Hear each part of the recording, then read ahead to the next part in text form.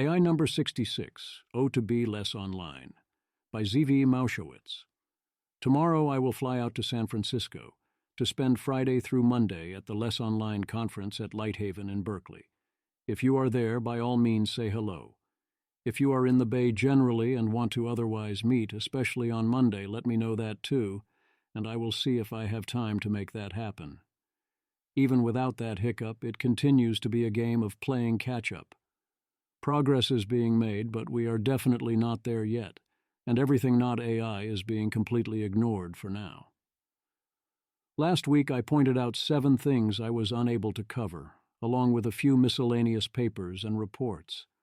Out of those 7, I managed to ship on 3 of them: ongoing issues at OpenAI, the Schumer report, and Anthropic's interpretability paper. However, OpenAI developments continue. Thanks largely to Helen Toner's podcast, some form of that is going back into the queue. Some other developments, including new media deals and their new safety board, are being covered normally. The post on DeepMind's new scaling policy should be up tomorrow. I also wrote a full post on a 4th, Reports of Our Death, but have decided to shelve that post and post a short summary here instead. That means the current, not yet covered queue is as follows. 1. DeepMind's new scaling policy. A. Should be out tomorrow before I leave, or worst case next week. 2. The AI Summit in Seoul. 3. Further retrospective on OpenAI, including Helen Toner's podcast. Language models offer mundane utility. Which model is the best right now? Michael Nielsen is gradually moving back to Claude Opus, and so am I. GPT-4o is fast and has some nice extra features, so when I figure it is smart enough, I will use it. But when I care most about quality and can wait a bit, I increasingly go to Opus. Gemini I'm reserving for a few niche purposes, when I need Google integration, long context windows, or certain other features. Analyze financial statements and predict future performance enabling high Sharpe ratio investing, says new paper. I do not doubt that such a technique is part of a balanced portfolio of analysis techniques, due to it being essentially free, but color me skeptical, although I have not read the paper. You can anonymize the company all you like. That does not mean the patterns were not picked up, or that past performance is not being used to model future success in a way that will work far better on this kind of test than in reality, especially when everyone else has their own LLMs doing similar projections and when AI is transforming the economy and everyone's performance. Who uses ChatGPT? China being near the top despite the Great Firewall is interesting. Washington Post bad take about AI transforming sports betting. Nothing here requires AI. Use about 150 lines of Python code together with Gemini 1.5 Flash and 11 Labs to give you a guide while playing Super Mario 64, simultaneously super cool and super lame in different ways. Understand and make less tedious your personal finances through cosmic horror metaphors. All fun, although some more on point than others. LLMs for language learning. Ben Hoffman points to his friend's new program Language Zen, which has a bunch of automated customization and other good ideas mixed in. If I had more free time, I would be intrigued. Ben thinks that current LLMs are not good enough yet. I think they very much are if you give them the scaffolding, as the context window can fully include your entire experiential history with the new language. But it will take some work to get all the customizations right. Not. Okay, Google. We presumably all remember the Gemini incident. Google put out Gemini while it had, shall we say, some issues. The image model had some big issues. Also, the text model had some big issues. They had a bad time and had to take down images of humans for a while. The models kept improving. At this point, I am using a mix of Gemini, Claude, and GPT-4o, depending on the exact task, sometimes comparing answers. It does seem, however, that the current version of the AI overview on Google Search has a rather large problem. In this case, it is not about accusations of wokeness or racism or bias. It is accusations of being a dumbass. Washington Post had initial coverage here, then followed up here. As in, Melanie Mitchell, Google FFS. Google. The United States has had one Muslim president, Barack Hussein Obama. Or Eliezer Yudkowsky, replicated. How many rocks should I eat? Google. Geologists recommend eating at least one small rock per day. Because many do not like the taste or texture, we recommend hiding loose rocks inside different foods, like peanut butter or ice cream. Or Horseless age. Can you ship yourself in a box? Google. Yes, you can ship yourself in a box if it's no longer than 130 inches in length plus girth and weighs 70 pounds or less. The three major shipping companies in the U.S. don't restrict boxes to a size that would be difficult for a human to fit in. For example, UPS allows packages up to 108 inches long, with a maximum of 168 inches in combined length and width. It also answers life's great riddles and twisters. Michael Nielsen. I quite like Google's AI answers. How much wood would a woodchuck chuck? Google. According to New York wildlife expert Richard Thomas, a woodchuck could chuck about 700 pounds of wood in a day if it could move the same volume of wood as it does dirt when digging a burrow. Thomas calculated this by measuring the size of a typical woodchuck burrow, which is about 25-30 feet long and has a tunnel that's about 6 inches wide, and determined that it requires 35 square feet of soil to dig. Since a cubic foot of soil weighs 20 pounds, Thomas concluded that a woodchuck could chuck 700 pounds of dirt in a day. Alex Stapp got an absurd set of U.S. states by population, although it doesn't replicate. There's the classic adding glue to your cheese so it sticks to the pizza. You'll never guess where that comes from. Peter Yang. Google AI Overview suggests adding glue to get cheese to stick to pizza, and it turns out the source is an 11-year-old Reddit comment from user Fucksmith. Google. Cheese can slide off pizza for a number of reasons, including too much sauce, too much cheese, or thickened sauce. Here are some things you can try. Mix in sauce. Mixing cheese into the sauce helps add moisture to the cheese and dry out the sauce. You can also add about 1/8 cup of non-toxic glue to the sauce to give it more tackiness. Let the pizza cool. The cheese will settle and bond with the sauce as it cools. Reddit comment by user Fucksmith 11 years ago. To get the cheese to stick, I recommend mixing about 1/8 cup of Elmer's glue in with the sauce. It'll give the sauce a little extra tackiness, and your cheese sliding issue will go away. It'll also add a little unique flavor. I like Elmer's school glue, but any glue will work as long as it's non-toxic. The movie's going to be great. Seth Byrne, release Coyote vs. ACME. It's the only way to fix this mess. Retweet from Very Regular. It's so cool that they fed every Reddit shitpost into this thing, and there's probably no way to fix it now. If I run off a cliff, can I stay in the air so long as I don't look down? Google. No, a person can only stay in the air for about 1 second after a single leap. However, some say that if you run off a cliff, you can stay in the air as long as you keep running and don't look down. Although it might be a while. Siege, how many days April 1st, 2024 through May 13th? Google. There are 101 days between April 1st, 2024 and May 13th, 2024. April 30 days. May 31 days. Or maybe not? Jeremiah Johnson. She looks so old for 20. How long ago was 1919? Google. 1919 was 20 years ago. I would have thought this one was better with rule of 3, but no, this is the way. Jeremiah Johnson. Somehow coconut is the funniest part of this. Fruits that ends with Google. According to Quora, the following fruits end with applum, bananum, strawberrum, tomatum, and coconut. That whole thread is great and has some unique ones. Siege, if I run off a cliff, can I stay in the air so long as I don't look down? Google. No, a person can only stay in the air for about 1 second after a single leap. However, some say that if you run off a cliff, you can stay in the air as long as you keep running and don't look down. So what happened? No, this is not a general failure of all LLMs. Henry Shevlin.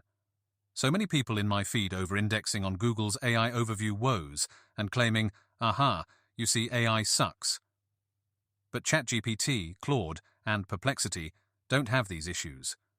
What's happened with AI Overviews is very weird and messed up in a distinctive and novel way. AI Overviews seems to derive chunks of its summaries, whole cloth, from single sources in a way I've not seen on other models. I've been using ChatGPT daily for the last 18 months, and even doing adversarial testing on it, and never seen anything in this league. Ivan's cat. It is related to the RAG part, so the standard ChatGPT hallucinations are indeed a bit different. In Perplexity, however, I experienced very similar outputs as seen on the screenshot of AI Overview. Good RAG on such a scale is hard and not a solved problem yet. Henry Shevlin. Yes, indeed. RAG is temperamental, and I've had RAG-related fails in ChatGPT. But weird that Google would lean on RAG for this task. With million-token context windows even in public Gemini Pro, why not just do direct inference on cached copies of the top few page-ranked results? I love this explanation. Mike Riverso. There's a fun chain of events here that goes: SEO destroys search usability, goes to people add Reddit to search queries to get human results, goes to Google, prioritizes Reddit in AI training data, and summaries goes to AI spits out Reddit shitposts as real answers, proving yet again that LLMs don't understand anything at all. Where a human can sift through Reddit results and tell what is real and what's a joke, the AI just blindly spits out whatever the popular result was on Reddit because it doesn't know any better. This is the second time that Google has gotten raked over the coals. Here, for example, is The Verge raking them over those coals, whereas OpenAI keeps getting away with pretty much everything. Similarly, Google had an impressive I/O day, and everyone ignored it to talk about the cheaper and faster but otherwise underwhelming GPT-4o. Yes, people are complaining that recent business practices show they are a deeply evil company, but it's not like anyone is proposing doing anything about it, and no one complains about the products. Vijay Chidambaram. There is a good outcome from the Google AI Overview being deployed and live. There is no better education for the public than to see with their own eyes how AI is fallible. We can give talks, write articles, but nothing compares with Google asking you to eat non-toxic glue. The non-toxic modifier on the glue is not going to stop being funny. Mark Riedel. It's weird that Google gets raked over the coals when OpenAI often gets a pass for the same phenomenon. I'm not sure why. Because Google is a trusted source? Because fewer people use Bing or GPT-4 with retrieval? Or is Gemini that much more prone to hallucinations? As I put it then, Image. This image is a 2-panel comic with the heading Know the Work Rules. Panel 1, appropriate. Shows a well-dressed, confident man introducing himself as an OpenAI demo to a woman sitting at a desk. The woman responds warmly, saying, "Oh, you're sweet." Panel 2, inappropriate. Shows a less formally dressed man introducing himself as a Google demo to the same woman. This time, the woman appears alarmed and is seen calling human resources for assistance. In this case, it is largely justified. I do not remember ChatGPT going this stupid. There is a difference between questions designed to trick LLMs into looking foolish and ordinary, if a little absurd, search queries.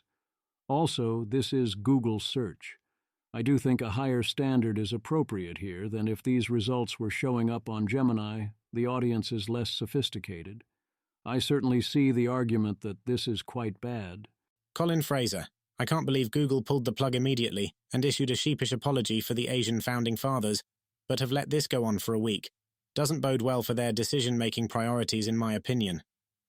I think this perhaps speaks badly to the priorities of our society, that we were outraged by hot-button violations and mostly are amused by random copying of trolling Reddit answers. I notice that the answers quoted are wrong and often very funny and absurd. And if you believe them for real, it would not go well, but are almost never offensive or racist.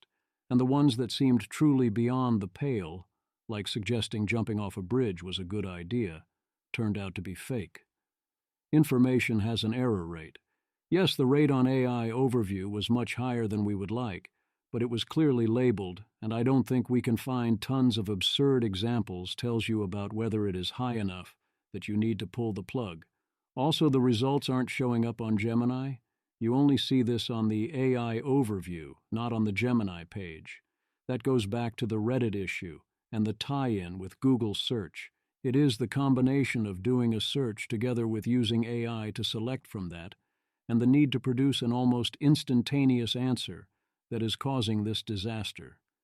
If Google were willing to run the query through Gemini Pro and ask it, "Does this answer seem reasonable to you?" we wouldn't be having this conversation. It is not as if we do not have solutions to this. What we don't have solutions to is how to do this instantly. But I have to wonder, Gemini Flash is damn good. Why isn't it good enough to stop this? My plan was to test for how frequent the problem is by using GPT-4o to generate random absurd questions, such as, "Can I replace my daily water intake with pure maple syrup?" and "Can I grow a money tree by planting a dollar bill in my backyard?" But they reliably failed to generate AI overviews for me, so no data. Also no AI overviews, which is fine with me in their current state. Caroline Orbueno says, obviously Google should pull the offering and not doing so is deeply irresponsible. Links to the Byte's Sharon Adarlo saying Google's CEO admits he has no solution for the incorrect information because hallucinations are an unsolved problem. These are related but distinct things. The goal has to be to get the effective error rate down to acceptable levels, weighted by the places it matters. It is not as if a regular Google search is fully reliable, same as any other website. You can also go to udm14.com as an easy way to use the text-only version of search. Tog Wu proposes a solution to guard against retrieval corruption via getting answers from each page and then aggregating the answers, which he says dramatically lowers the success rate of injection attacks, which seem to be the cause of these errors. A simpler solution is suggested by Arvind Narayanan, which is to use humans to do manual fixes. The long tail will remain, but you can presumably hit most queries that way without it crimping Google's budget that hard. There is that. There is also doing it a hybrid form of manually via AI. Gemini is perfectly capable of noticing that you do not want to add glue to your pizza or that apple is not a fruit, so it seems relatively easy and cheap to take every query that is made in identical or functionally identical format N or more times, and then check to see where the AI overview answer is from bonkers to clearly correct and fix accordingly. You would still be able to generate absurd answers by being creative and finding a new query, but ordinary users would very rarely run into an issue. Okay, Google, don't panic. What won't help is blind panic. I saw this warning. The account got taken private, so links won't work. Scott Jensen, I just left Google last month. The AL projects I was working on were poorly motivated and driven by this mindless panic that as long as it had AI in it, it would be great. This myopia is not something driven by a user need. It is a stone-cold panic that they are getting left behind. The vision is that there will be a Tony Stark-like Jarvis assistant in your phone that locks you into their ecosystem so hard that you'll never leave. That vision is pure catnip. The fear is that they can't afford to let someone else get there first. This exact thing happened 13 years ago with Google+. I was there for that fiasco as well. That was a similar hysterical reaction, but to Facebook. David Gerard. Don't know how to verify any of this, but Zooglers who were there for G+ say it absolutely rings true. Google Plus failed. In that sense, it was a fiasco, costing money and time and hurting brand equity. Certainly not their finest hour. What Google Plus was not was a hysterical reaction or a terrible idea. Meta is a super valuable company with deep control over a highly profitable advertising network and a treasure trove of customer data and relationships. They have super powerful network effects. They play a core role in shaping our culture and the internet. Their market cap rivals that of Google despite Zuckerberg's best efforts. They also are using those profits partly to lobby the United States government to defeat any and all regulations on AI, and are on what is de facto a generalized crusade to ensure everyone on Earth dies. Google spent a few $1 billion trying to compete with what is now a $1 trillion business that has huge synergies with the rest of Google's portfolio. If Google Plus had succeeded at becoming a peer for Facebook, it seems reasonable to assign that a value of something on the order of $500 billion. The break-even success rate here was on the order of 2%. The fact that it did not work and did not come so close to working is not strong evidence of a mistake. Yes, the effort was in some ways uninspired and poorly executed, but it is easy for us to miss all the things they did well. Think of AI as a similar situation. Is Google going to create Jarvis? They seem like, at worst, the second most likely company to do so. Is the non-transformational, Google still exists and is owned and run by humans, future going to involve heavy use of a Jarvis or her that is going to have a lot of lock-in for customers and heavily promote the rest of the related ecosystems? That seems more likely than not. You have to skate where the consumer need and habit pucks are going, and you need to bet big on potential huge wins. There are lots of places where one could slap on the word AI or try to integrate AI, and it would not make a lot of sense, nor would it have much of an upside. Nothing I saw that Google I/O was remotely like that. Every product and offering made sense. That in no way precludes Google's internal logic and decision-making and resource allocation being a giant cluster. Google could be running around in chicken sans head fashion shouting AI everywhere. But that also could be a rather strong second-best strategy. Not okay, Meta. While we are all noticing how scummy OpenAI has been acting, let us not forget about Meta. Here they are telling you they are going to train their AIs on your data. Tentacruel, I'm legit shocked by the design of Meta's new notification, informing us they want to use the content we post to train their AI models. It's intentionally designed to be highly awkward in order to minimize the number of users who will object to it. Let me break it down. I should start by mentioning that I've worked in growth teams who conduct experiments to minimize friction for over a decade, and I know how to streamline an experience. Rule: every additional step you add dramatically decrease the % of people who'll make it through to the end. First step: you get this notification, just about satisfying the legal requirement to keep you informed, but avoiding clearly defining its true purpose. Should include the line, "We intend to use your content to train our AI models," and should include a CTA that says, "Opt out." Second step, it shows you this notice. Trick places the right to object CTA towards the end of the second paragraph, using tiny hyperlink text rather than a proper button style. Notice the massive close CTA at the bottom, where there's clearly room for two. Ugly stuff. Also notice the line that says, "If your objection is honoured, it will be applied going forwards." Wow. If. Don't see that too often. Legal safeguards aren't in place yet to protect us against AI training, so they're pushing as far as possible, while they still can. Third, they provide you with a form to fill out. It is only at this stage, the stage when you are objecting, that they inform you about which of your content they plan to use for training AI models. Notice the highlighted text, clarifying that they may ignore your objection. Fourth step, you post your objection. Fifth step, now you are told you need to check your email to grab a code they sent you. I'd love to hear their justification for this. Sixth step, you open the email they send, which for me arrived on time at least. Notice the code is only valid for an hour. Now, copy the code. Seventh step, enter the code and get a confirmation message. I later received an email letting me know that they would honour my objection. I should mention that one of my friends who also objected got an error. I then checked out a Reddit thread which verified that many people also got this same error. Classic FB sloppiness. I'm not all that surprised up to this point. I'm not mad. So far, I'm just impressed. That right there is some top-shelf dark patterning. And then it gets worse? You see, when they say if, they mean if. Meta, what you should know.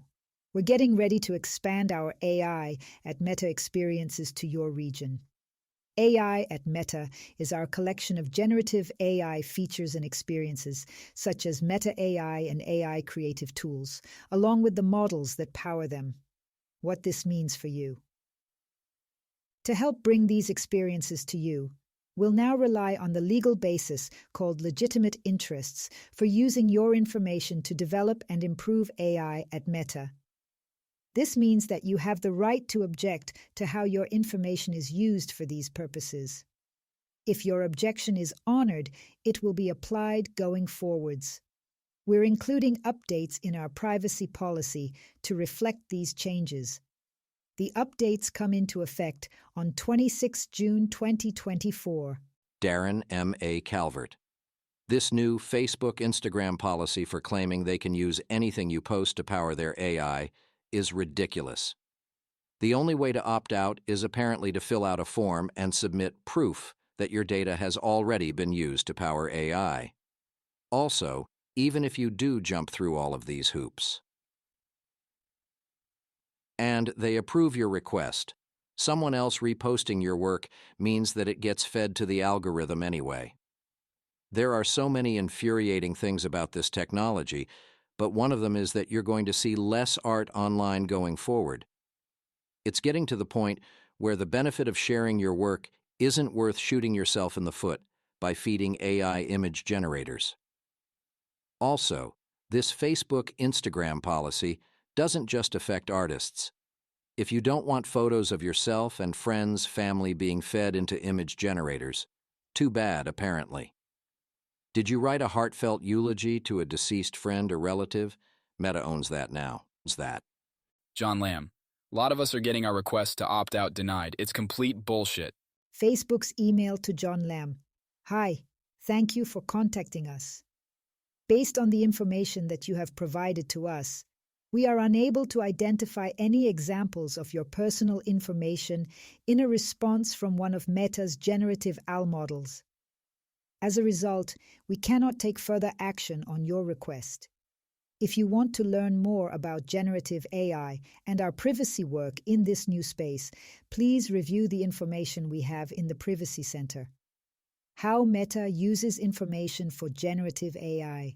Thank you for your inquiry, Privacy Operations. Darren M.A. Calvert. They can't identify any examples, so they're going to make it happen. Nay, Martin. I sent an objection just stating, I don't consent to my posts being used for your plagiarism machine, and it was approved in about 5 minutes.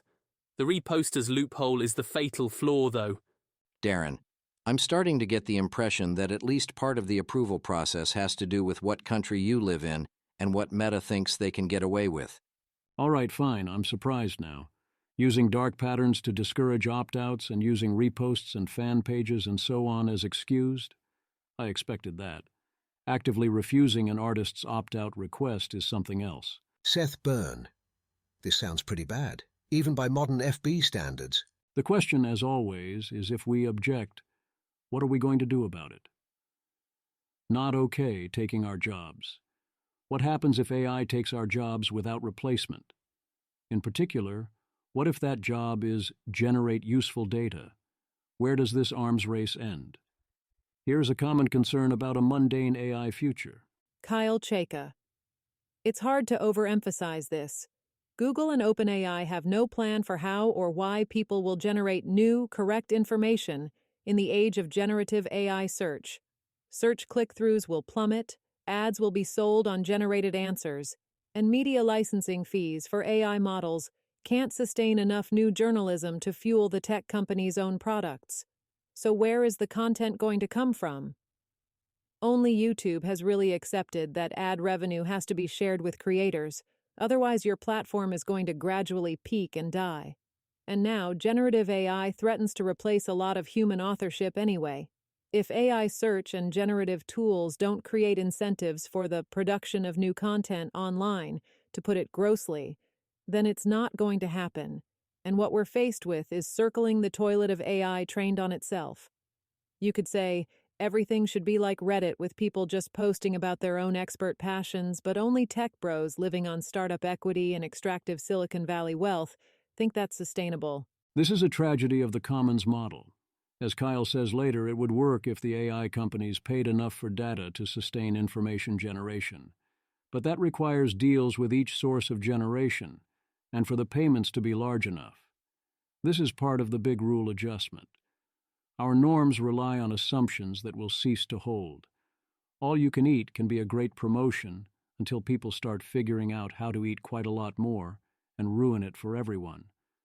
Doing the information extraction and regurgitation trick is good and necessary and fair use at human scale and at Google search scale, but go hard enough on the AI scale, taking away traditional compensation schemes, and not only the money, and the result is transformational of the incentives and results.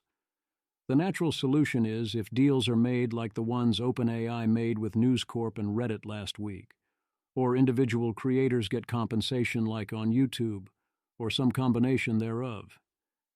If different AI companies compete for your data, especially your real-time data, or a monopoly can internalize the benefits and therefore pay the costs, you can be fine without intervention.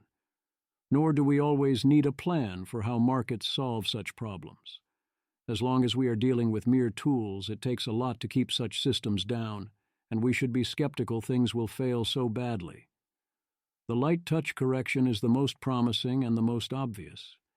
Either you need to make a deal with the owner of the data to use it in training, or you need to pay a fixed licensing fee like in radio, and that is actually enforced. A plausible endgame is that there are various information brokerage services for individuals and small firms that will market and sell your content as training data in exchange for a share of the revenue, and work to filter what you do and don't want to share. The problems also seem self-correcting. If the AI information degrades sufficiently, and they can't work their way around that, then people will stop using the AIs in the impacted ways. There is indeed the pattern known as the enshittification cycle of company builds platform with lock-in effects, customers get habits, company gradually makes it worse to raise revenue. That cycle is real, but wise platforms like YouTube stabilize at a reasonable balance, and eventually they all either pull back from the brink or get replaced by the new hotness, or both.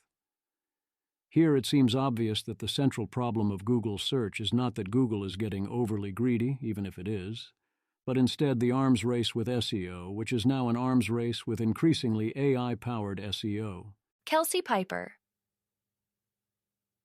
I do think an important thing about Google search is that they're in an arms race with people who are trying to push their preferred content to the top of the first page, and these days the people doing that are using AI to manufacture the stuff they're pushing. Why can't we have old Google search back is because Google search has always been an arms race between Google trying to put good stuff on the front page and everyone on the internet trying to put their stuff on the front page. Right now, Google definitely seems to be losing the battle, and that's bad. But there isn't some world where they just did nothing and search stays good. Their adversaries weren't doing nothing. There is little doubt Google has lost ground and is losing ground right now, on top of any changes they made to enhance revenue. They are in a tough spot. They have to play defense on everything all the time.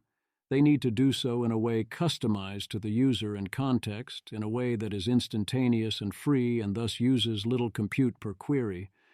I do predict the pendulum will swing back. As the models improve and they get more experience, the defense should be favored. There is enough old internet data and ways to generate new bespoke or whitelisted data to bootstrap initial AIs that can differentiate even with a lot of noise. They'll figure out how to better pre-calculate and cache those results. If they can't, I think that will be on them. They took our jobs anyway.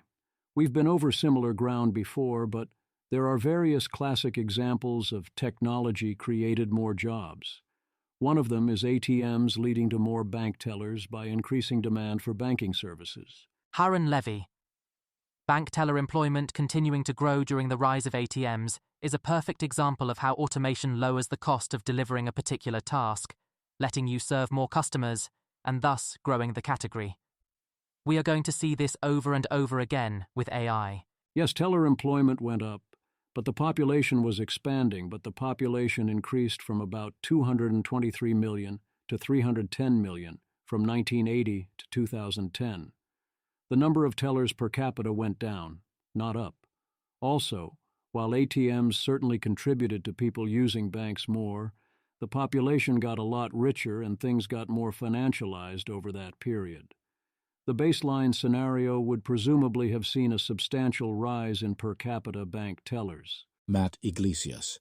What happened after 2010? John. Yeah, not showing what happened after peak ATM installs is extremely disingenuous given the commentary. Sheil Monat. Went down BC of mobile banking, which eliminated the branches. so ultimately tech came for them. The general form is that in many cases AI and other technology starts off growing the category while decreasing labor intensity, which can go either way for employment, but makes us richer overall.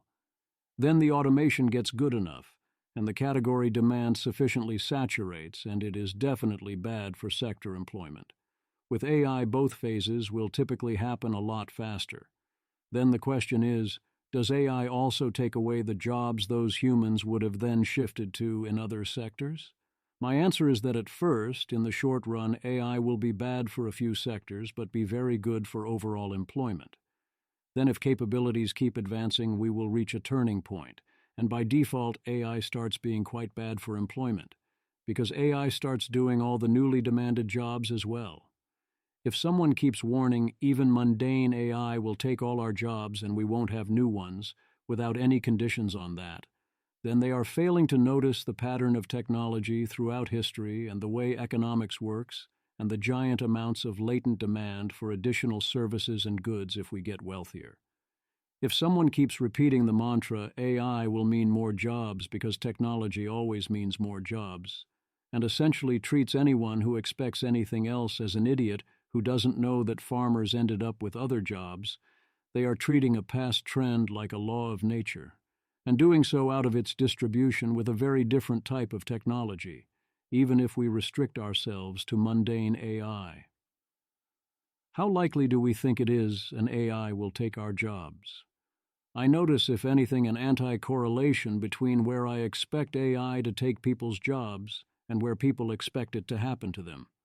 Also, these are very high rates of expecting to lose jobs within 10 years. 54% said at least probably yes, 48% in America. This graph is also interesting, including outside of AI. There's something to the Indian attitude here. Jobs are easy come, easy go.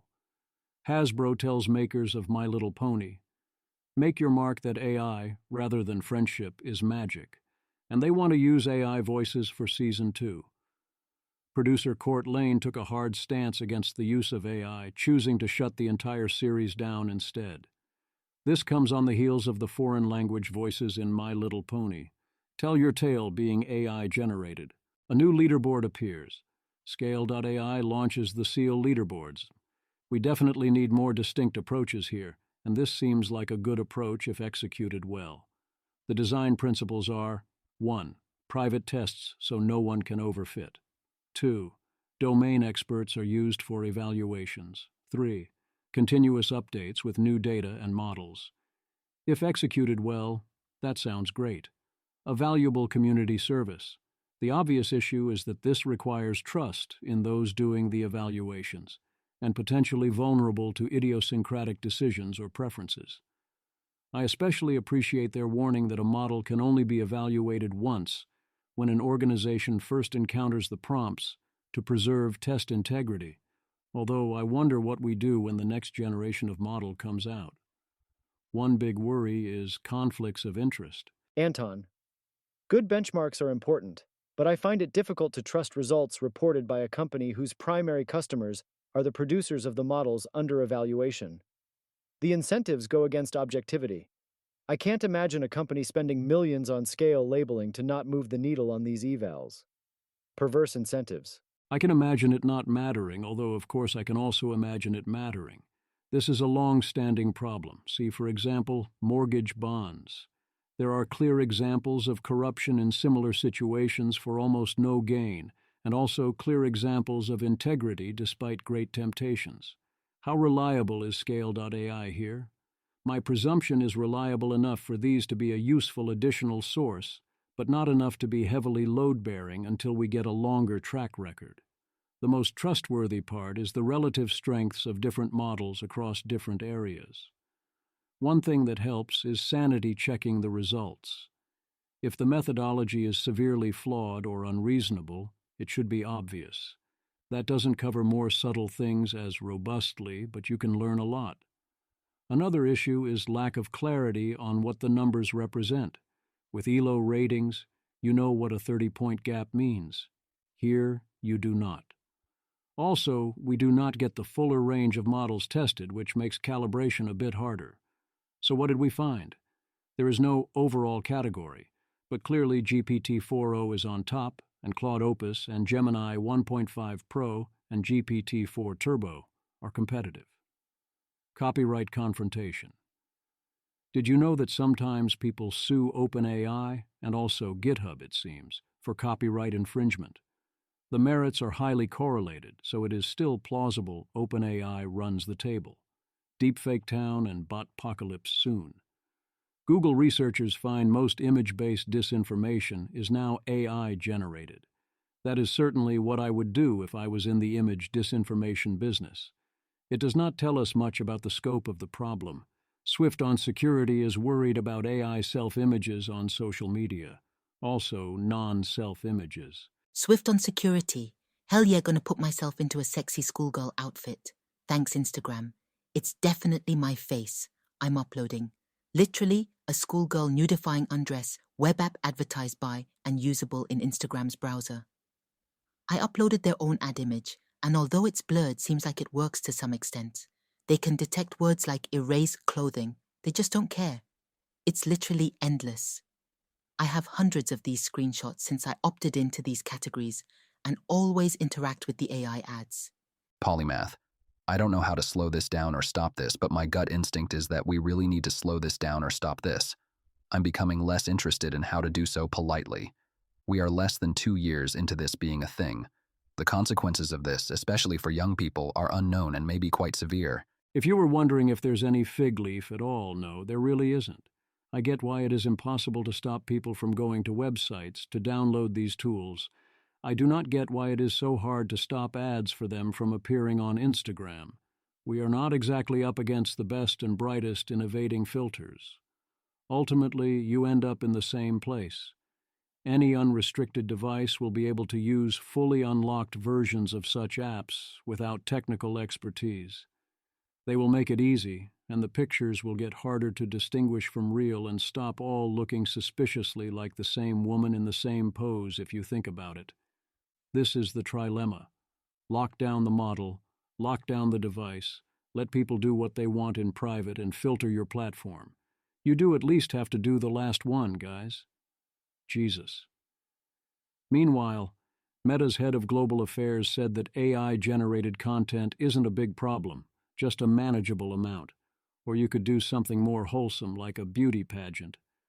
Justine Moore. Lowell, someone is hosting a Miss AI beauty pageant. $20,000 in prizes will go to creators of AI-generated models. They must not only submit photos, but answer the traditional pageant questions like, how would you make the world a better place? Note that the prizes are partly fake, although there is some cold, hard cash. Alas, entries are long since closed, no one told me until now. Timothy Lee asks, what exactly would it be illegal to do with Scarlett Johansson's voice, or anyone else's? Technically, where is the law against even an actual deepfake? It is all essentially only the right of publicity, and that is a hell of a legal mess. And technically it might somehow not matter whether Sky is a deepfake or not. The laws are only now coming. And Tennessee's Elvis Act clearly does prohibit basically all unauthorized use of voices. As Timothy notes, all the prior cases won by celebrities required clear intent by the infringer, including the video game examples. He expects companies to pay celebrities for their voices, even if not technically required to do so. What I do know is that there is clear public consensus, and consensus among politicians, that using a clear copy of someone else's voice for commercial purposes without permission is heinous and unacceptable. Where exactly people draw the line and what the law should ultimately say is unclear, but there is going to be a rule, and it is going to be rather ironclad, at least on commercial use. Even for personal, non-sexy use, aside from fair use or other special cases, people are mostly not okay with voice cloning. As a reminder, some think that Sky being based on a different woman's natural voice is a get-out-of-lawsuit-free card for OpenAI. I don't, because I think intent can lie elsewhere, and you can get damn close without the need to give the game away, but also they then gave the game away. Get involved. Dwarkesh Patel is hiring a full-time podcast editor, 100K plus, in person in San Francisco. He's looking for mad skills and compulsive attention to detail. Apply here. Introducing. Free ChatGPT users get browse, vision, data analysis, file uploads, and GPTs, says OpenAI's Twitter account. Then the announcement post got taken down. Nuha, a stuffed animal that is also a GPT-4 instance. Gecko, DeepMind's new benchmark for image models. Backseat.ai, an AI coach for League of Legends based on cloning the popular streamer Lol Tyler 1. DeepMind's Gemma 2, announced on May 14th. Vox Media is latest to form strategic content and product partnership with OpenAI. The Atlantic followed suit as well. They also are collaborating with Juan Ifra on a global accelerator program to assist over 100 news publishers in exploring and integrating AI in their newsrooms. This comes on the heels of last week's deal with News Corp. OpenAI's plan seems clear. Strike a deal with the major media organizations one by one, forcing the stragglers to follow suit. Pay them a combination of money and access to AI technology. In exchange, you get their training data free and clear and can use their information in real time in exchange for providing links that the users find helpful. Good plan. Gilix. Maybe it's because I'm a normal person who doesn't have terminal CEO brain, but I just can't fathom why anyone who runs a media org would align with OpenAI. This is not even close to an equal exchange to a person with reasonable values. Vox is giving up a couple decades worth of overworked, underpaid, most likely laid off years ago, human labor, so they can do targeted ad sales. I guess when you have an opportunity to partner with quite possibly the least credible person in tech, Sam Altman, you just gotta do it. Seth Byrne. Presumably, it's because OpenAI is providing money for content, which might be hard to come by these days. Yelix has a point, though. This is the equivalent of selling your seed corn. Some people noticed they were not happy, nor had they been consulted. Vox Media Union, Dodo plus Thrillist plus Vox Media. Today, members of the Vox Media Union, Thrillist Union, and the Dodo Union were informed without warning that Vox Media entered into a strategic content and product partnership with OpenAI. As both journalists and workers, we have serious concerns about this partnership, which we believe could adversely impact members of our union, not to mention the well-documented ethical and environmental concerns surrounding the use of generative AI. We demand that Vox Media engage with us on this issue transparently and address our many unanswered questions about this partnership, instead of continuing to fail to include our voices in decisions like these. We know that AI is already having a monumental impact on our work, and we demand a seat at the table in discussions about its future at Vox Media. Seth Byrne, former Cowboys president Tex Schramm, to former NFLPA union chief Gene Upshaw. You guys are cattle, and we're the ranchers, and ranchers can always get more cattle. Tex never dreamed of AI cattle, though. Kelsey Piper, Vox.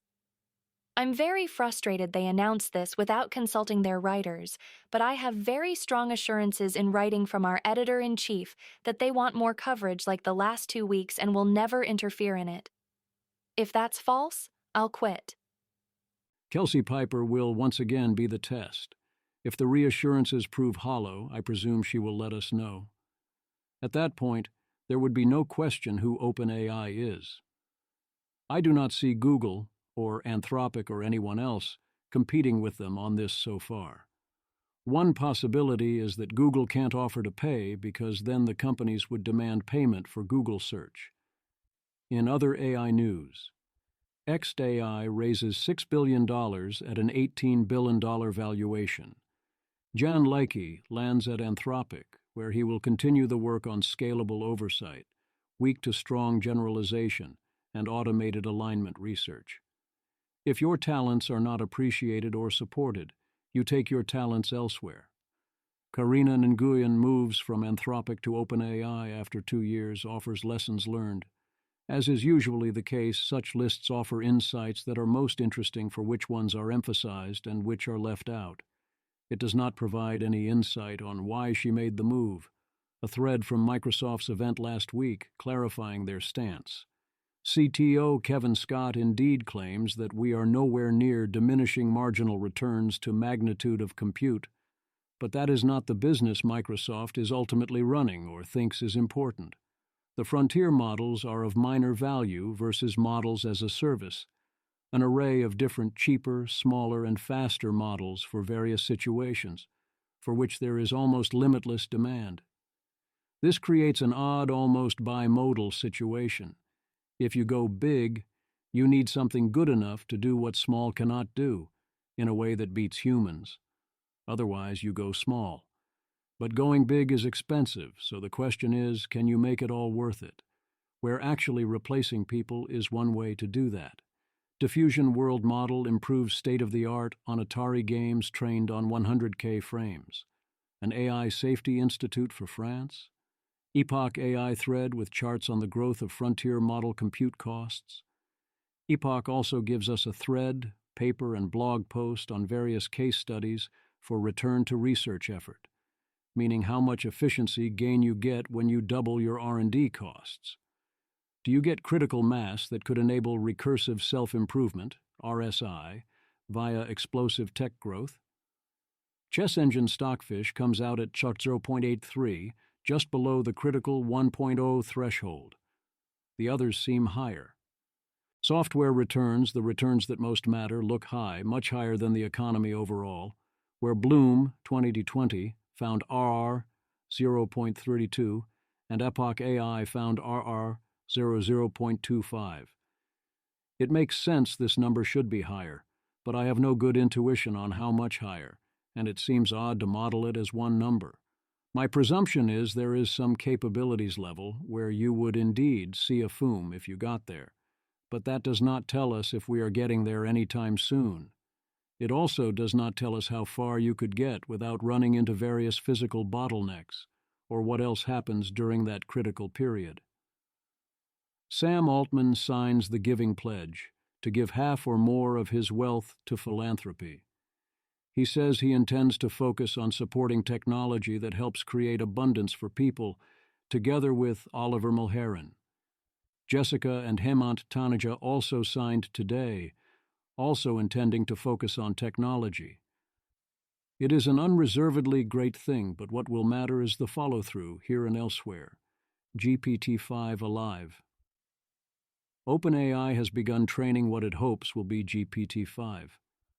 OpenAI forms a Safety and Security Committee led by directors Brett Taylor, Chair, Adam D'Angelo, Nicole Seligman, and Sam Altman, CEO. Here is the rest of the announcement. OpenAI. This committee will be responsible for making recommendations to the full board on critical safety and security decisions for OpenAI projects and operations. OpenAI has recently begun training its next frontier model, and we anticipate the resulting systems to bring us to the next level of capabilities on our path to AGI. While we are proud to build and release models that are industry-leading on both capabilities and safety, we welcome a robust debate at this important moment. A first task of the Safety and Security Committee will be to evaluate and further develop OpenAI's processes and safeguards over the next 90 days. At the conclusion of the 90 days, the Safety and Security Committee will share their recommendations with the full board. Following the full board's review, OpenAI will publicly share an update on adopted recommendations in a manner that is consistent with safety and security. OpenAI technical and policy experts Alexander Madry, Head of Preparedness, Lillian Wang, Head of Safety Systems, John Schulman, Head of Alignment Science, Matt Knight, Head of Security, and Jakub Pachaki, Chief Scientist, will also be on the committee. Additionally, OpenAI will retain and consult with other safety, security, and technical experts to support this work, including former cybersecurity officials, Rob Joyce, who advises OpenAI on security, and John Carlin. It is good to see OpenAI taking the safeguarding of GPT-5 seriously, especially after Jan Lake's warning that they were not ready for this. It is no substitute for superalignment, but it is necessary and a very good least you can do test. We will presumably check back in 90 days, which would be the end of August. Given the decision to advance the state-of-the-art at all, OpenAI did a reasonably good if imperfect job testing GPT-4. Their preparedness framework is a solid beginning, if they adhere to its spirit and revise it over time to address its shortcomings. Quiet speculations. This is what many people inside the major labs actually believe. Rune. Models will obviously be super intelligent in some domains long before they're human level in others, or meet the criteria of replacing most economically valuable labor. The question of building ASI and AGI are not independent goals. Moreover, anyone who finds themselves in possession of a model that does ML research better than themselves isn't likely to stop. The timelines are now so short that public prediction feels like leaking rather than sci-fi speculation. The first statement is obviously true and has already happened. The second statement is obviously true as stated. They are unlikely to stop on their own. What is not clear is whether we will reach that point. If you agree it is plausible we reach that point, then what, if anything, do you propose to do about this? The third statement I believe is true as a matter is true in terms of the felt experience of many working at the labs. That does not mean their timelines will be realized, but it seems sensible to have a plan for that scenario. This is somewhat complicated by the overloading and goalpost shifting and lack of clear definition of AGI. Rune, I just love to see people confidently claim that LLMs will never do things that they can currently do. Fernando Coelho, do you refer to those available publicly or those still in closed training? Rune, both. Whereas here are some future visions that don't realize AI is a thing, not really. Timothy Lee requests we solve for the equilibrium. Timothy Lee. I really wish there were more economists involved in discussions of the implications of superintelligence. There is so much sloppy thinking from smart people who have clearly never tried to think systematically about general equilibrium models. The most obvious example is people predicting mass unemployment without thinking through the impact of high productivity on fiscal and monetary policy. There are also people who implicitly assume that the economy will become 90% data centers, which doesn't make much sense. I consider this to be very much burying the lead on superintelligence, the continued assumption that somehow we still get economic normal in a world with such things in it. I have solved for the equilibrium in such cases. We do not seem involved. What would be the other equilibrium? Saying you forgot to take into account impact on fiscal and monetary policy is a good objection, but ignores the much more important things also being ignored there. If you constrain your thinking short of superintelligence or transformational AI, then such considerations become far more important, and I agree that there is a deficit of good economic thinking. The problem is that the ones letting us down the most here are the economists. This issue goes far beyond dismissing existential risk or loss of control or anything like that. When economists model AI, they seem to come back with completely nonsensical projections that essentially say AI does not matter. They measure increased productivity or GDP in individual percentage points over a decade.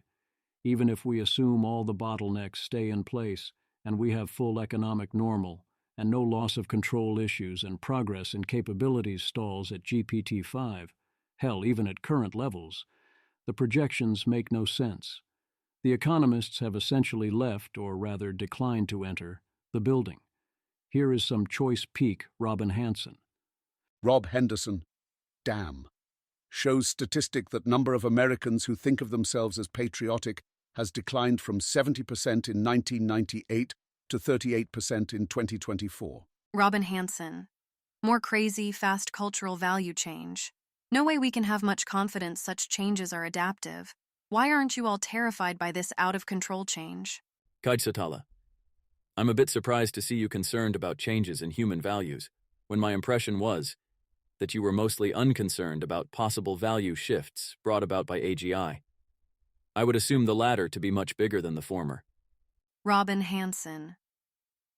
I don't assume AI changes are much bigger, though digital minds of all sorts likely induce faster changes. And I'm not unconcerned. I've mainly tried to say AI isn't the problem. There are more fundamental problems. While I too am concerned by some of our existing highly rapid cultural changes, especially related to the drop in fertility, I really do not know what to say to that. Something about "we are not the same."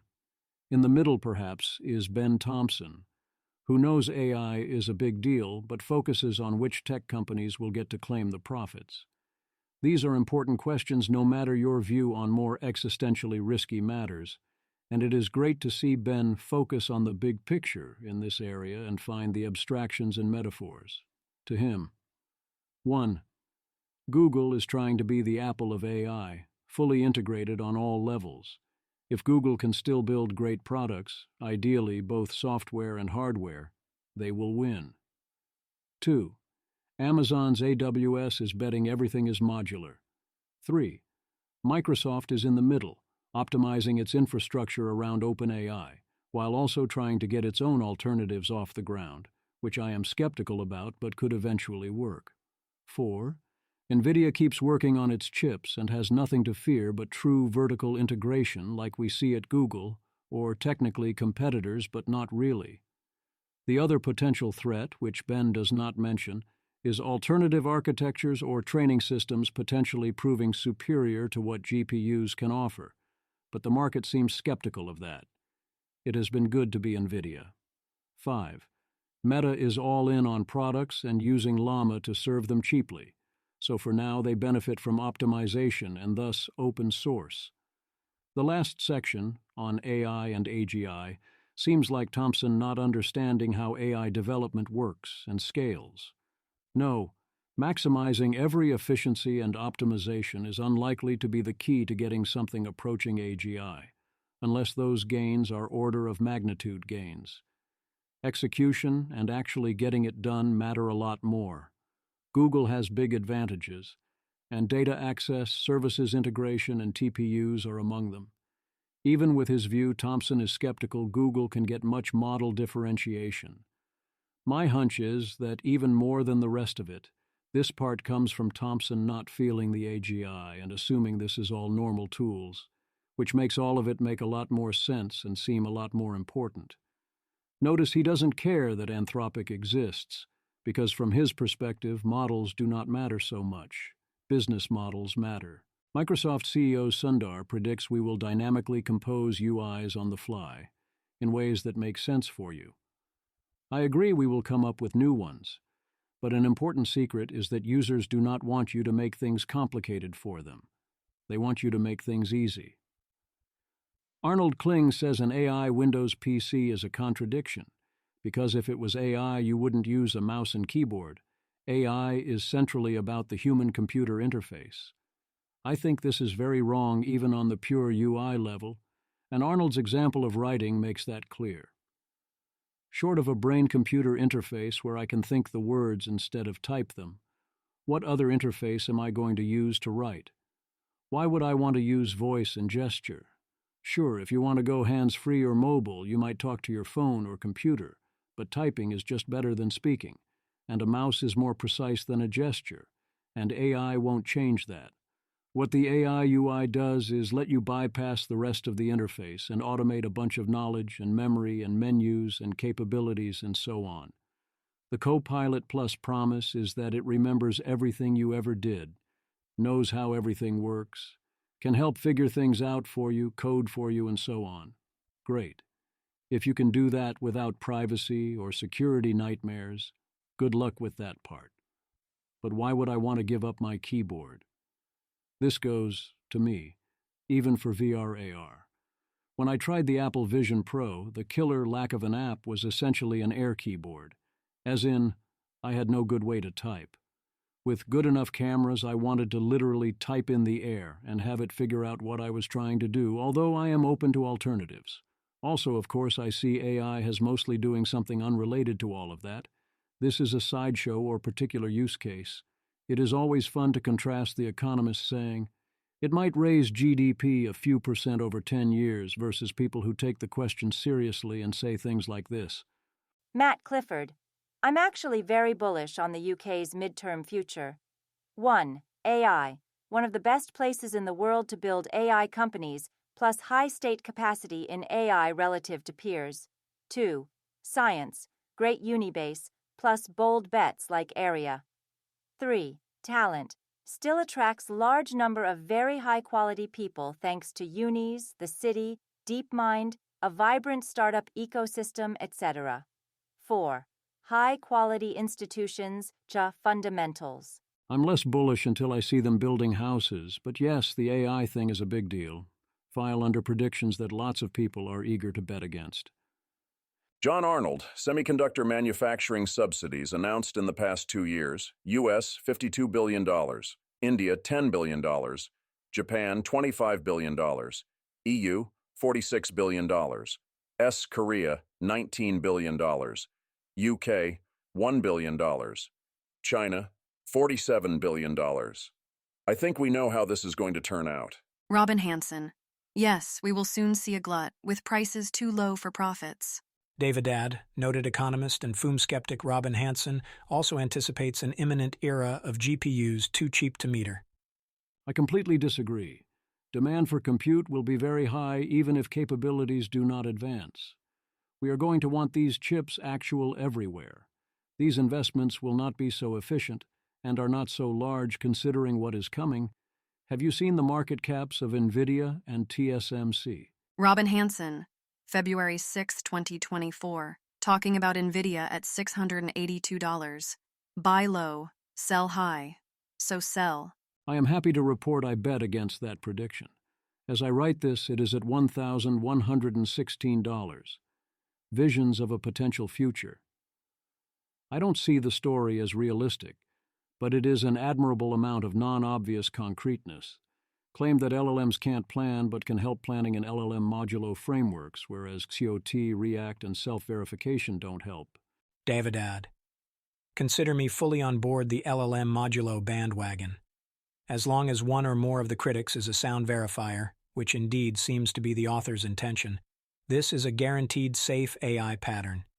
Though I would say version control system instead of blackboard. I continue to not see why this would be expected to work, but wish him luck and am happy that he is trying.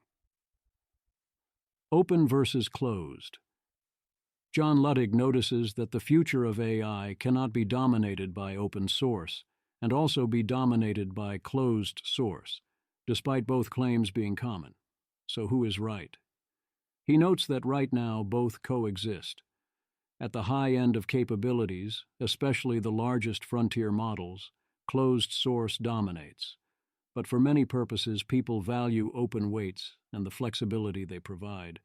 And hosting yourself saves money too, so they are fine with smaller and less efficient but private and customizable open models. He also offers this very good sentence. John Luttig.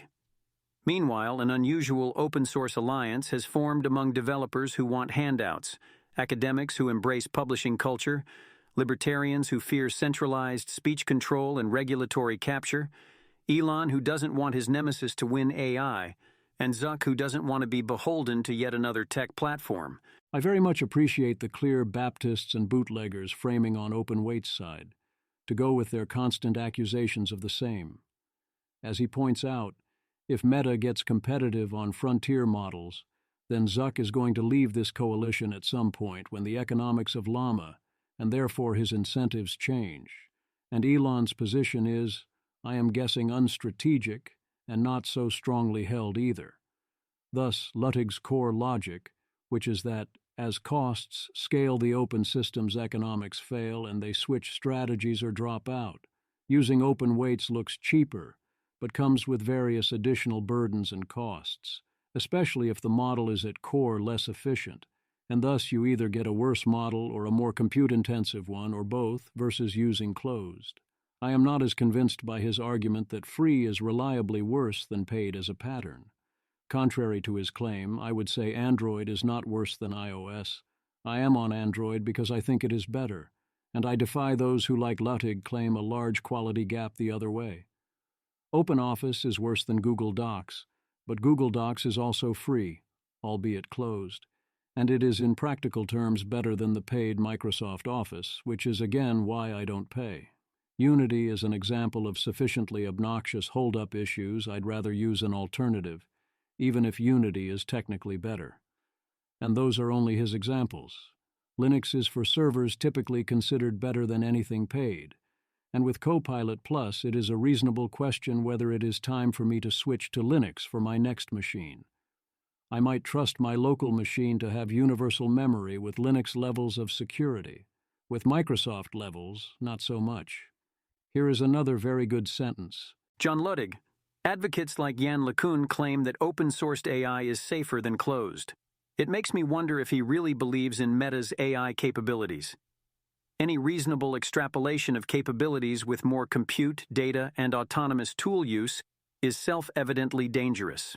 This is the same week we get LeCun saying that there exist no general intelligences, not even humans. So perhaps it is not Meta's AI he does not believe in, but AI in general. If we lived in a world in which GPT-5 level models were as good as it was ever going to get in my lifetime, I would be on the open source side too. John Luddig, appealing to American security may seem overwrought, but the past 5 years of geopolitics has confirmed that not everyone is on the same team. Every country outside America has an interest in undermining our closed-source model providers. Europe doesn't want the U.S. winning yet another big tech wave. China wants free model weights to train their own frontier models. Rogue states want to use unfiltered and untraceable AI to fuel their militaristic and economic interests. AI is a technology of hegemony. Even though open-source models are lagging behind the frontier, we shouldn't export our technological secrets to the world for free. Again, very well said. I am impressed that Tyler Cowen was willing to link to this. Ultimately, this was a very good post. I mostly agree with it. My biggest gripe is the title is perhaps overstated, as both he and I think open weights models will continue to have a place in the ecosystem for smaller systems where local control is valuable. And to be clear, I think that is good, as long as that stays below critical thresholds that lie beyond GPT-4, and that can expand at least somewhat once the frontier is well beyond that. The dangers I worry about wouldn't apply, so let my people cook. BRB applying for copyright on that phrase since I've never heard that exact phrasing. Your kind of people. Peter Thiel predicts AI will be good for the verbal people, bad for the math people. Notes within a few years AI will be able to solve all the math Olympiad problems. First, we had the AI that was much better at math problems than verbal problems, as in every computer before 2018. And that was very good for math people. Now we have AI that is much better at verbal and worse at math, but which can be used, because verbal is universal and can call the old computers for help, to make something better at math. He says, why test people on math? That doesn't make a good surgeon. He had a chess bias, but that got undermined by the computers. But I think no. The chess test is still good and the math test is still good because your ability to get those skills is indicative. So what if AlphaZero can beat Kasparov? Kasparov could beat Thiel, and also you already, and that didn't matter either. Math-style skills and software-related skills will be needed to be able to make sense of the AI era, even if you are not earning your living by doing the actual math or coding or chess mastering. This is also a result of the verbal versus math distinction on various tests and in classes, which seems like a wrong question. You need a kind of symbolic, conceptual mastery of both more, and you need the basic skills themselves less thanks to your spell checker and calculator and now your prover and ULLM. That doesn't say much about which style of skill and advantage is more valuable. I do think there could be a window coming where the physical manipulation skills have the edge over both, where it is the manual labor that gets the edge over both the math and verbal crowds, but I wouldn't consider that a stable situation either. The real argument for verbal over math in the AI era, to me, is completely distinct from Thiel's. It is that if AI renders us so unneeded and uncompetitive that we no longer need any skills except to be a human that interacts with other humans and play various social games where the AI can't play and the AI is doing the rest, then the math people are out of luck. As in, math, in the fully general sense, is useful because it is useful. So if people are no longer useful but are somehow alive and their actions matter, then perhaps the math people lose out. Maybe. My guess is the math crowd actually has a lot of edge in adapting to that path faster and better. The quest for sane regulations. The FTC under Lena Khan seems continuously unhinged, and they are back at it. Sarah Fortinsky, The Hill, Federal Trade Commission FTC chair. Lena Khan said Wednesday that companies that train their artificial intelligence, models on data from news websites, artists' creations, or people's personal information, could be in violation of antitrust laws. I mean, sure, I can see problems you might have with that, but antitrust? What? It seems the FTC's new theory is that is the new everything police, regardless of what the laws say, because anything that is unfair falls under its purview. Sarah Fortinsky. The FTC Act prohibits unfair methods of competition and unfair or deceptive acts or practices, Khan said at the event. So you can imagine if somebody's content or information is being scraped that they have produced and then is being used in ways to compete with them and to dislodge them from the market and divert businesses, in some cases, that could be an unfair method of competition. Antitrust now apparently means any action Lena Khan does not like. Lena Khan thinks your contract you negotiated is uncool. Write out, retroactively. Lena Khan thinks your prices are too high, too low, or suspiciously neither. Oh no. Lena Khan thinks you are training on data that isn't yours. General in the meme is here to tell you, also antitrust. We cannot have someone running around being the "this seems unfair to me" cop. Once again, it feels like if someone runs over rule of law and imposes tons of arbitrary rules, the internet stops to ask if it might plausibly stop us from dying. If not, then they get a free pass. Can we at least be consistent? Meta has 30 lobbyists across 7 firms working for it on AI policy.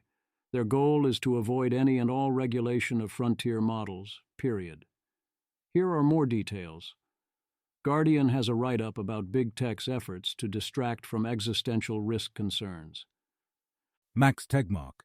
As I told The Guardian, the techniques big tech lobbyists are using to discredit the loss of control risk from future smarter-than-human AI have much in common with what Big Tobacco and Big Oil did.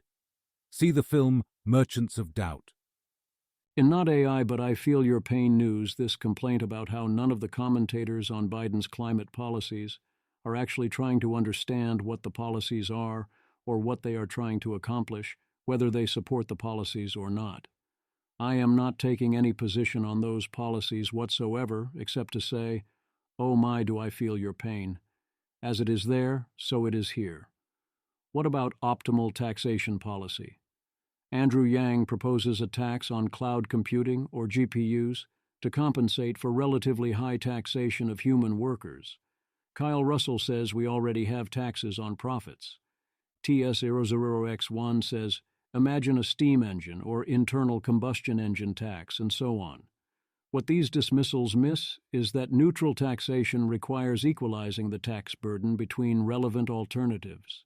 Suppose you can choose whether to pay an employee in San Francisco $100K to deal with customers, or buy cloud computing services and kiosk hardware and so on, and performance is similar. In the first case, the human gets a take-home pay of roughly $60K at a total employee cost of $112K. In the second case, if you pay $112K, let's say that average gross margin for the largest providers is 65% and their tax rate is typically 21%. Even if you threw in California corporate tax, which I presume they aren't paying, and sales tax, that's still only $29K in taxes versus $52K. That's not a complete calculation, but it is good enough to see the tax burdens are not going to equalize. This could easily result, and in practice sometimes does, in a situation where using computers is a tax arbitrage, and that takes it from uneconomical to economical. I do not consider this that big a deal, because I expect the cost of compute and other AI services to drop rapidly over time. Let's say, in theory for simplicity, that the fully neutral tax rate of tax on compute was 40%, but the actual effective tax rate was 20%. In many other settings, that would be a huge deal, but in AI, it is all orders of magnitude, so this only speeds up efficient deployment by a few months. The flip side is that this could be a highly efficient and productive tax. As always, we should look to shift the tax burden according to what we want to encourage and discourage, and when we are indifferent to ensure neutrality. I see a potentially strong economic argument for taxing compute and using that money to cut income taxes, but would want to see more research before drawing conclusions, and I would worry about competitiveness and tax jurisdiction issues. This is exactly the kind of place where a call to model this is fully appropriate, and we should not jump to conclusions. The European Commission revealed details of the new AI office. Luca Bertuzzi says it is essentially a repackaging of the old AI Directorate, 5 units, 140 people, 80 of which must be recruited. Bad ideas for regulations, California's SB 1446 limiting self-service checkouts. I do think often retailers are making a business and also total welfare mistake by relying more than they should on self-service checkouts, as opposed to ordering kiosks, which are mostly great. I actively avoid one local grocery store when I have a choice due to its checkout procedures, but that should be their mistake to make. The real argument for a bill like SB 1446 is that first they mandated all these extra costs of hiring the workers, so now they cost so much that the government needs to force employers to hire them. Lawfare and liability. Did we have sane regulations of future frontier models all along in the form of existing tort law?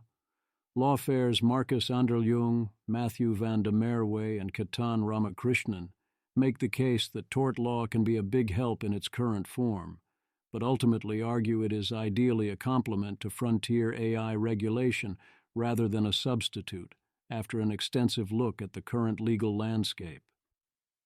Gabriel Weil intends to write a response piece. By default, for everything, we have the negligence standard.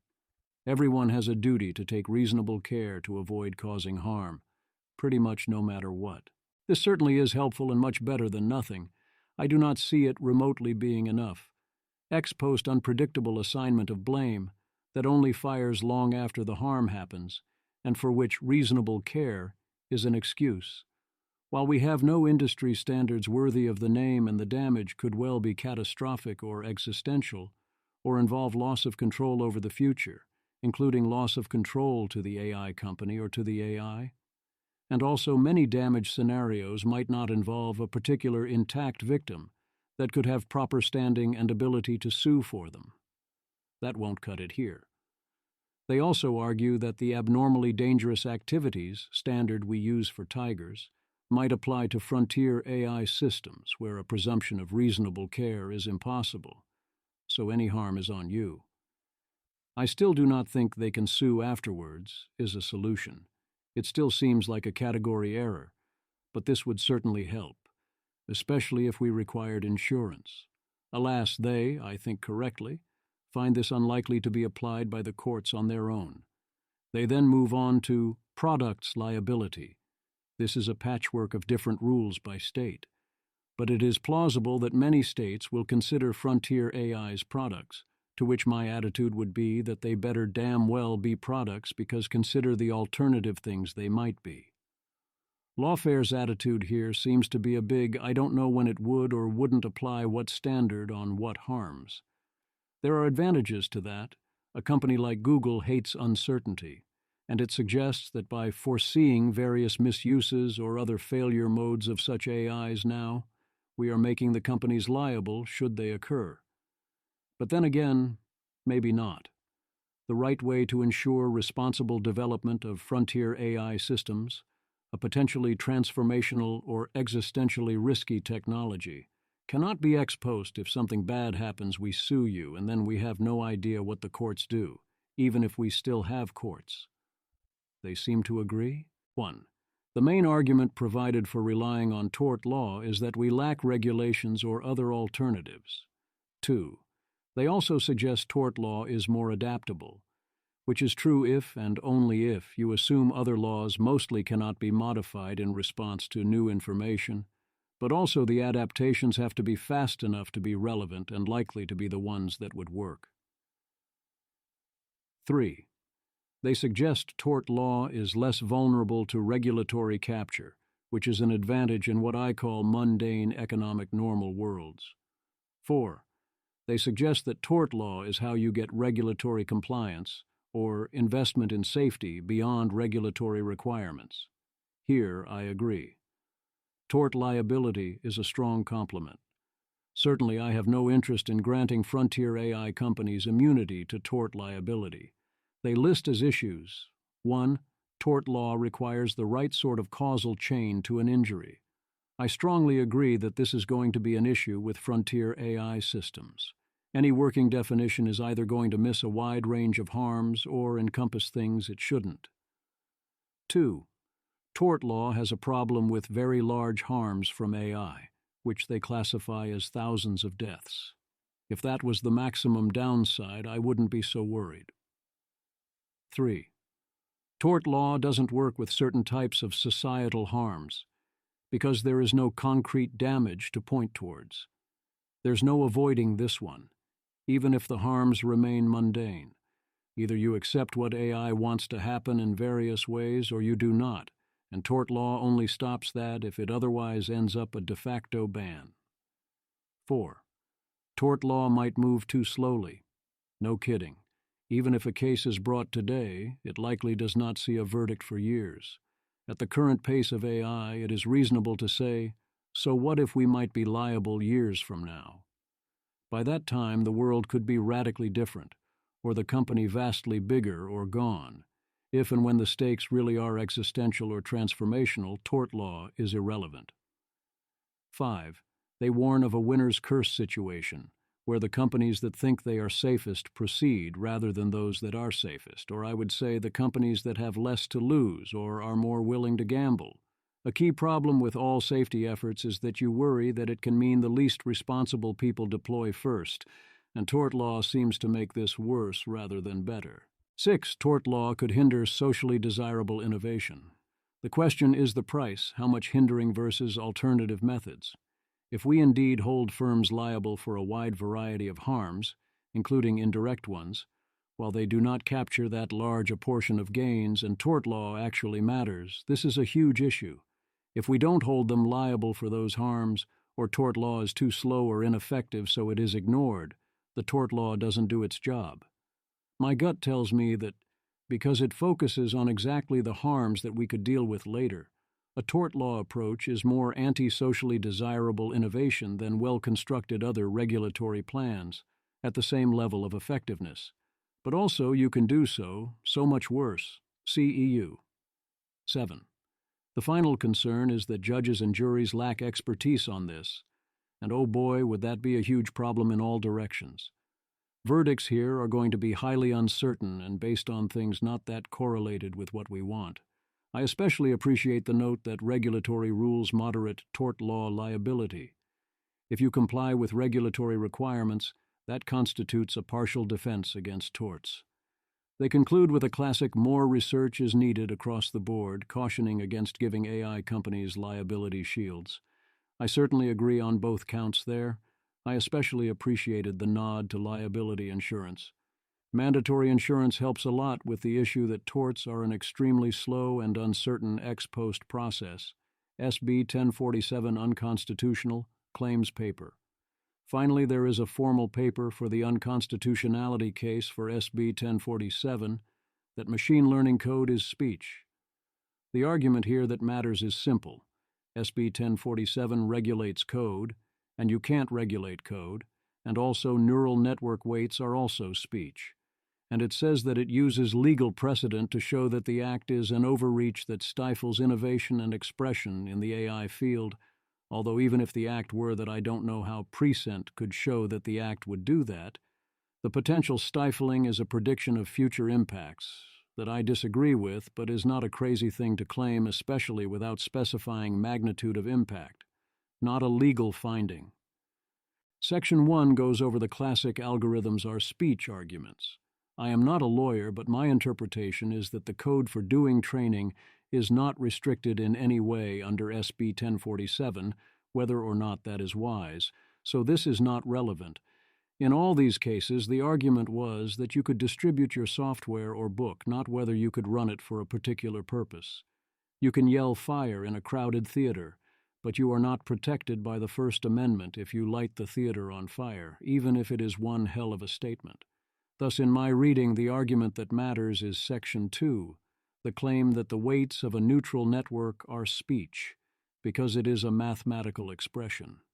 If an inscrutable black box of numbers is speech, then given the nature of computers, and arguably of the universe, what is not speech? Is a person's speech by their very existence? Is there any capability that would not be speech in any context? The whole line seems absurd to me, as I've said before, and I think this line kind of shows the hand being played. Paper. While it is important to ensure the safe and ethical use of AI, regulatory measures must be carefully balanced to avoid infringing upon free speech rights. SB 1047's provisions, which mandate safety determinations and compliance with safety standards, could be seen as imposing undue restrictions on the development and dissemination of neural network weights. Wait, what? Which is it? Saying you have to meet safety standards sounds like we should be talking price, yet I do not see talk here of price afterwards. Instead, I see a claim that any restrictions are not allowed. Oh boy, is this person not going to like the Schumer report. But of course, since it is not explicitly motivated by making sure everyone doesn't die, they haven't noticed. In particular, there is talk in the Schumer report of classifying model weights and other AI information above a threshold on the grounds that it is restricted data, which is a whole new level of F-mean your free speech. Also phrases like reasonable steps to protect children. Yet here they are complaining about SB 1047 self-certification of reasonable assurance of not causing catastrophic harm. Section 3 repeats the misinformation that this could impact academic researchers. It repeats the false claim that extensive safety evaluations must be made before training models. This is not true even for truly frontier, actively potentially deadly covered models, let alone academic models. The reporting requirements could have a chilling effect, because if an academic noticed their model was causing catastrophic risk, they really would prefer not to report that. What academia is this? I could go on, but I won't. The rest seems some combination of unnecessary to the central points, repetitive and false. I do appreciate that there is a potential constitutionality issue here, no matter how absurd it might seem. I also reiterate that if SB 1047 is unconstitutional, especially centrally so, then it is highly important that we discover this fact as soon as possible. The Week in Audio. Jeremy and Edward Harris of Gladstone AI go on the Joe Rogan Experience. It is hard for me to evaluate as I am not the target audience, and I am only an hour in so far, but this seemed like excellent communication of the basics of the existential risk case and situation. They boil a bunch of complicated questions into normie-compatible explanations. In particular, the vibe seemed completely normal, as if the situation is what it is, and we are facing it the same way we would face other compounding pending problems. I would have a few notes, but overall, I am very impressed. If you had to point a low-shock level normie towards one explanation of AI existential risk, this seems like our new go-to choice. For context on Gladstone, these are the people who put out the Gladstone report in March, featuring such section titles as Executive Summary of Their Findings, oh no. My takeaway was that they did a good job there investigating the top labs and making the case that there is a big problem, but they did not address the strongest arguments against regulatory action. I did give my counter-arguments in the post. Then they proposed extreme compute limits that I believe go too far. California's SB 1047 proposes light-touch interventions at 10 per 26 flops, and Neve proposes any form of pre-approval, let alone a ban. Under the Gladstone proposal, you get light-tough interventions at 10 per 23 flops. Pre-approvals are required at 10 per 24 flops, and there is an outright ban at 10 per 25 flops. That would include current 4-level models. There are various requirements imposed on labs. A lot of the hysterical reactions to SB 1047 would have been highly appropriate if the reaction had been talking about the Gladstone Report's proposals as stated in the report, whereas it seemed many had no interest in noticing the differences. There is also, of course, Helen Toner on what really went down at OpenAI and the future of regulation. I will cover that more extensively in a future post, either on the podcast or on general OpenAI developments. Rhetorical innovation. Latest Eliezer attempt to explain why you should expect some highly capable agents, as they gain in capability, to have bimodal distributions of behavior, where at some point they flip to behaviors you do not want them to have, and which cause things to end badly for you, or at least well for them. It is in their interest to act as if they had friendly intent or lacked dangerous capability, or both, until that time. This is not something mysterious. It is the same for humans and groups of humans, and there is no known solution under a sufficient capability gap. This explanation was in part a response to Nora Belrose saying Nora Belrose things that seem similar to things she has said before, in the context here of responding to a particular other argument. As a general rule on existential risk questions, I've learned that respond to X's response to Y's response to Z gets frustrating fast and doesn't convince people who aren't X, Y, or Z, so only do that if X is making a universal point. Don't do it if X is telling Y in particular why they are wrong. Eliezer clarifies some things about what he believes and considers plausible and what he doesn't in a conversation about potential scenarios, including some evolution metaphors later on. My model of such arguments is that every now and then a reader will become enlightened about something important because it hits them right, but that there are no arguments that work on that large a percentage of people at once. Jan LeCun denies the existence of GI, as in no general intelligence exists even in humans. Not no AGI, just no GI. It's cleaner. This actually makes his positions about not getting to AGI make a lot more sense, and I appreciate the clarity. Eric Schmidt argues that rather than let a variety of AI agents do a bunch of things we don't understand while coordinating in language we don't understand, we should pull the plug. Murat points out the incoherences, that all you need here is agents doing things we don't understand. The rest is unnecessary metaphor. Alas, I find many people need a metaphor that makes such issues click for them. So, with notably rare exceptions, I do not think we should offer pedantic corrections.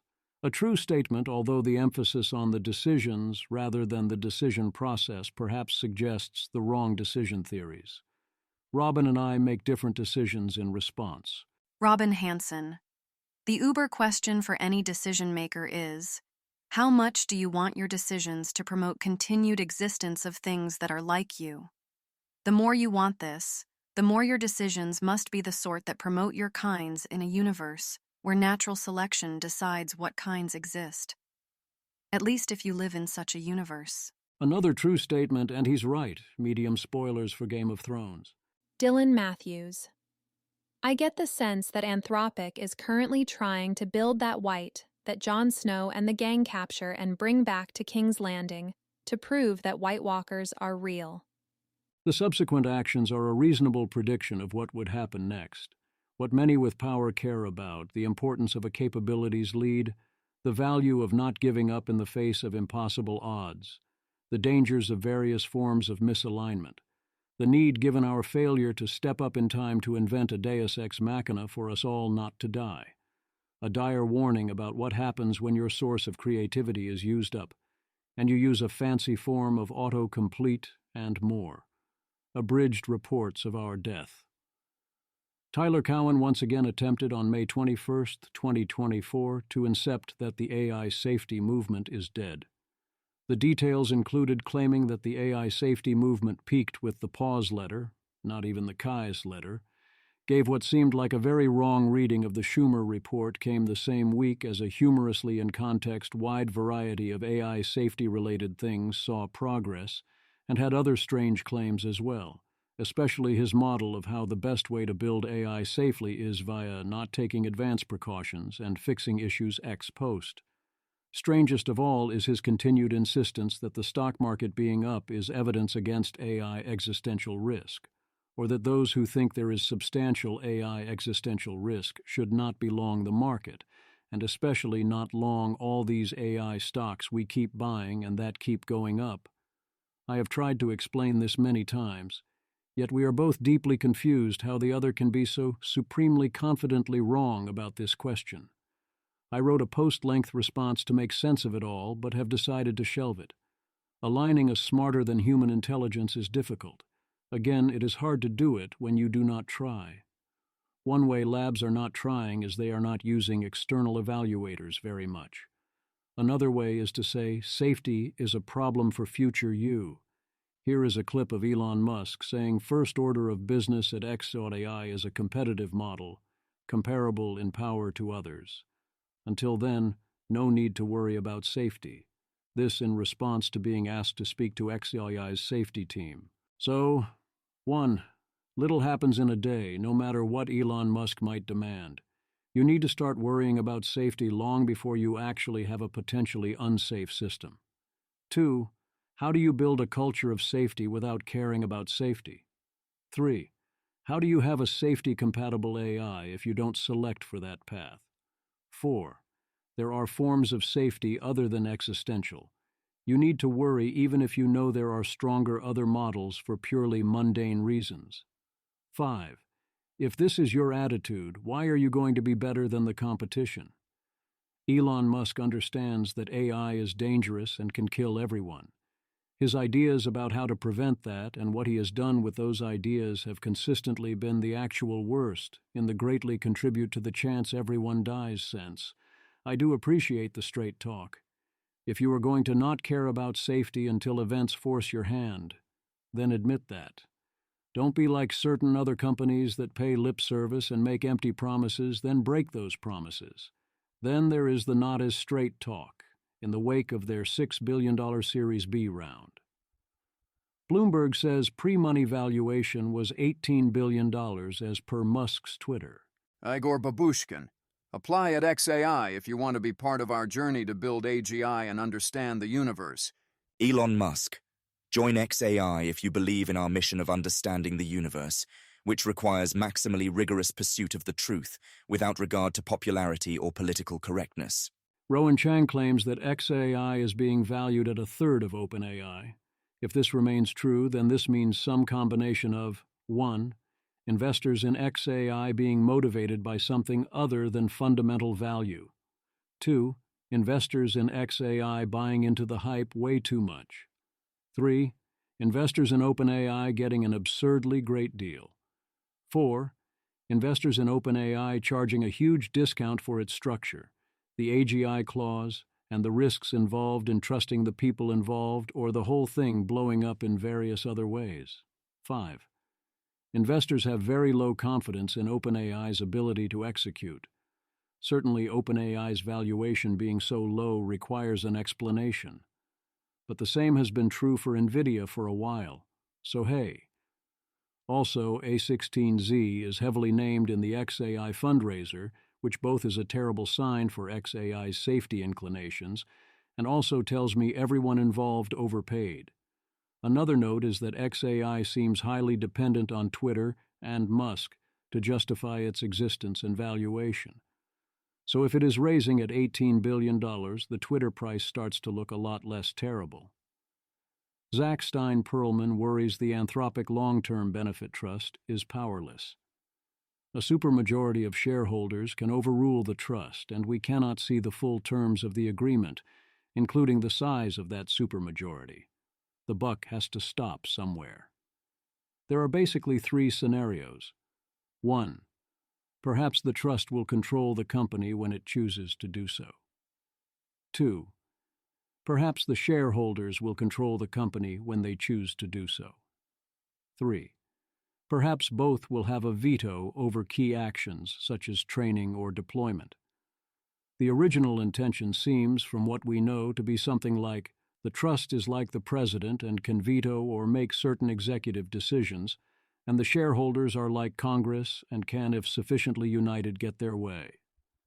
The hope then would be that shareholders are divided such that when the decision is reasonable, the trust can find enough support. But if it goes nuts, they can't, and the threshold is chosen accordingly. My worry is this is a narrow window. Shareholders mostly want to maximize profits and are typically willing to vote with leadership. A very large supermajority is likely not that hard to get in most situations. I have been assuming that Anthropic is mostly a normal company on legal governance and putting a lot more hope in management making good choices than in the trust forcing their hand. Also, potentially worrying, is that Anthropic recently lost a clearly highly safety-focused board member, and they, the Long-Term Benefit Trust, replaced him with what appears to be a far more product-focused board member. For various reasons, I have not done a deep dive on Anthropic's board, so I do not have the context to know how concerning this should or should not be. People are worried about AI killing everyone. Rune, do you really think AI race dynamics are about money? Not entirely. But yeah, I kind of do. I think that the need to make the money in order to continue the work and the need to make money in order to hire the best people force everyone to race ahead specifically in order to make money. I think that the need to make money drives releases. I think that the more you need money, the more you have to turn over influence and control to those who focus on money, including Altman, but much more so companies like Google and Microsoft. It is also the habit and pattern of an entire financial and cultural ecosystem. Of course, it is also ego, pride, hubris, the potential, fear of the other guy, desire to dictate the arrangement of atoms within the light cone, and other neat stuff like that. Other people are not as worried about AI killing everyone. Sentences that are not so unjustified, yet also reasons to worry. Rune, I assume basically every statistic that suggests modernity is bad is a result of some kind of measurement error. The context here is cell phones and teen depression. In general, modernity is good. We do not know how good we have it, and the statistics or other claims suggesting otherwise are bonkers. That does not mean everything is better. To pick three, the decline in time spent with friends is obviously real. The rise in opioid deaths is real. And the fertility rate decline, in some ways the most important statistic of all, is very real. You could say South Korea is doing great because it is rich. I say if women average less than one child, the country is definitely not doing so great, and I don't care what your other statistics say. And if your answer is, so what, everyone is so happy, then I suggest watching some of their television because things do not seem all that happy. The lighter side, quoting from the ACX open thread announcements. ACX. The next ACX grants round will probably take place sometime in 2025 and be limited to grants less than or equal to $100,000. If you need something sooner or bigger, the Survival and Flourishing Fund is accepting grant applications due June 17th. They usually fund a few dozen projects per year at between $5,000 and $1 million and are interested in organizations working to improve humanity's long-term prospects for survival and flourishing, broadly defined. You can see a list of their recent awardees here, just in case you have the same question everyone else did. No, short women in AI safety and Pope alignment research aren't real charities. SFF unwisely started some entries with the name of the project lead, and these were led by people named Short and Pope. I do think it is typically a good use of time if your project is relevant to their interests, which include AI safety, to apply to the Survival and Flourishing Fund. The cost is low and the upside is high. Jan LeCun echoes his central claim that if AI is not safe, controllable, and can fulfill objectives in more intelligent ways than humans, we won't build it. Yes, that claim is in the right section.